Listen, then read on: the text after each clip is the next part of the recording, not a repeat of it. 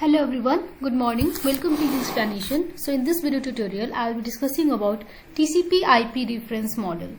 Okay, so in previous video I discussed about OSI reference model. So there were 7 layers in OSI layer, so you can check the video. I will be providing the link in description box. So what is TCP IP reference model? Okay, so it is also similar to OSI reference model, only the difference is this model consists of only 4 layers. Okay, so we can see here, as in OSI model, okay, so as in OSI model we had 7 layers. Okay, so they were physical layer, data link layer, network layer, transport layer, session layer, presentation layer and application layer. Okay, so I hope you remember the names of each layer. So for now you should remember all these names of all these layers very correctly. Okay, so in transport layer what happens is this physical layer and data layer, both of these combine to form a single layer. Okay, so this is our OSI layer, this is our TCP IP layer. Fine. So for both physical and data link layer, they combine, or we can say the functionality of both of these, they comes under a single layer called network access layer. Okay, this network layer, okay, network layer, it becomes internet layer. This transport layer, this is called transport layer only. Okay, the name is same for this transport layer, and all these application, presentation and session layer, they become application layer. Okay, so you can see this. So the functionality of all these are almost same. So the functionality of both physical and data link layer, it is combined to network access layer. Network layer, it becomes internet layer. Transport layer, it becomes transport layer, and all these 3 layers, it become under a single name called application layer.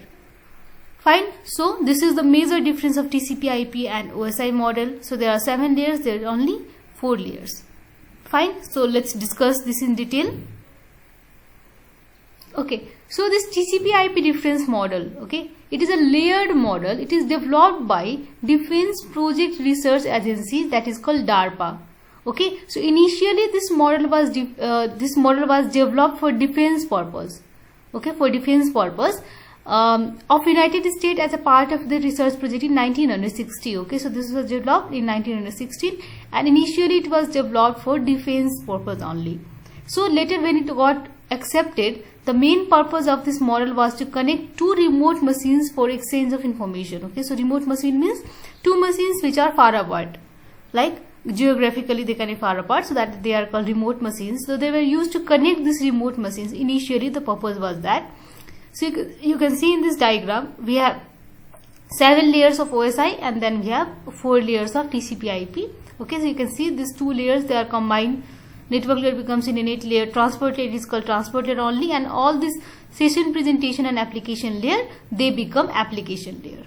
Okay, so I hope you remember the functionality of all these layers of OSI. So let's see one by one the functionality of these layers. So first is network access layer. Okay, so network access layer, it is the lowest layer of TCP IP model, and it is combination of both physical layer and data link layer. Okay, so it defines how the data should be sent physically. Remember the function of physical layer. So it was how the data should be sent physically through the network. So it becomes the function of network access layer now. The layer is mainly responsible for data transmission of data between 2 devices on the same network. Okay, so if it is in the same network, it is used for communication or transmission of data. So this is the main functionality of network access layer. Okay, the function carried by out this layer is encapsulating the IP datagram into frames transmitted by network and mapping the IP address into the physical address. So remember, okay, so this is the functionality of data link layer. Okay, so remember in data link layer what we did, we were breaking the data into frame and we were adding MAC address, that was called physical address or hardware address. Fine, so it is doing the same thing. So this layer what it does is it takes the data from network layer and breaks it into the frame. Okay, or it encapsulates the bits, that is from physical layer, and then it combine it to form a frame which is transmitted by the network and mapping the IP address into the physical address. Fine. So some of the protocols that you can learn here or that you can use in this layer, they are Ethernet, token ring, FTTI, X.25 frame relay. Okay. So remember this question they can ask in Viva or in MCQ. What are the protocols that can be used in physical layer or data link layer or combination of both? So you can say Ethernet, token ring, FTTI, X.25 frame relay. Okay. Now next is internet layer. So if you remember internet layer, I told it was similar to network layer of OSI. Fine. So the internetwork layer is also called internet layer or network layer. Okay. So the name is this. You can also call it internet layer. You can also call it network layer. So remember in network layer what was the protocol used? So the protocol used was IP address. Similarly, internet protocol, that is IP, is the most important protocol in this layer. It is a connectionless protocol that does not assume reliability from the lower layers. Okay. So connectionless means it doesn't connect the sender or receiver. The sender or receiver never connects before communicating. So this is not reliable type of communication. Okay, so this topic, connectionless and connection oriented communication, I will be covering in later topics. So IP does not provide reliability, flow control or error recovery. These functions must be provided at higher level. Okay, so in this layer they doesn't provide these facilities, so they are provided in the higher levels like transport layer and all. IP provides a routing function. Okay, so this is the main function of network layer. If you remember, I told you the main function of network layer is routing. So IP provides a routing function that attempts to deliver transmitted message to the destination. Okay, so how it was transmitted? Okay, how we transmit the message to destination? We know this. If we have, okay, so if we have two systems, so if this is A and if this is B, so while sending the IP packet, we send the address also. Okay, so this is the destination address. So when this packet travels, so using this destination IP address, it will know that where I have to travel, to which destination. Okay, so this comes under network layer. So I'll be covering all these topics in network layer topic. Okay, and under network layer, so we'll study there. A message unit in an IP network is called an IP datagram. Okay, so if you are using a network layer, then the message or the data, that is called IP datagram.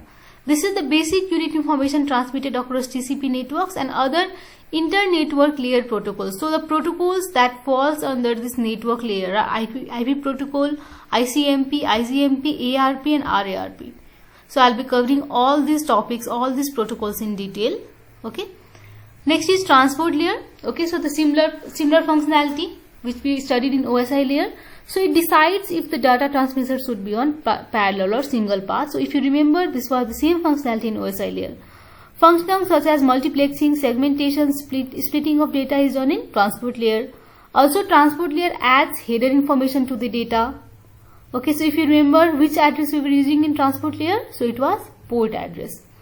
Transport layer breaks the message into small units so that they can handle more efficiently by the network. Okay, so the broken message is called segment in transport layer. So transport layer also arranges the packet to be sent in sequence. So it is also called sequencing. Like sequence means if you are breaking the packet like this, let's imagine if this is a packet. Okay, so you need to break this in part. Okay, so while breaking it, let us break this in part 1, part 2, part 3, part 4, or let us name these as 1, 2, 3, 4, 5.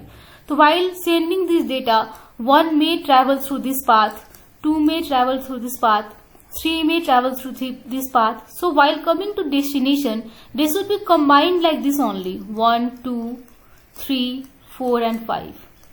Okay, so this is called sequence number. Okay, so it should be combined in a particular sequence. Fine. So next is application layer. An application layer, it is the topmost layer in the TCP/IP model, if you remember.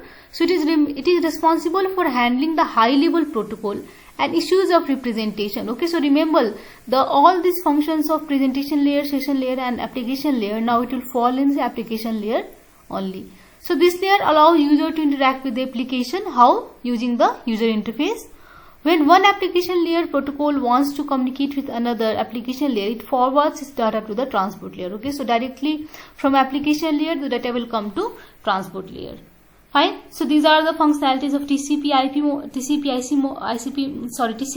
model, and this is one of the most important question for exam purpose. Okay, VVI question. So I hope you understood the concept.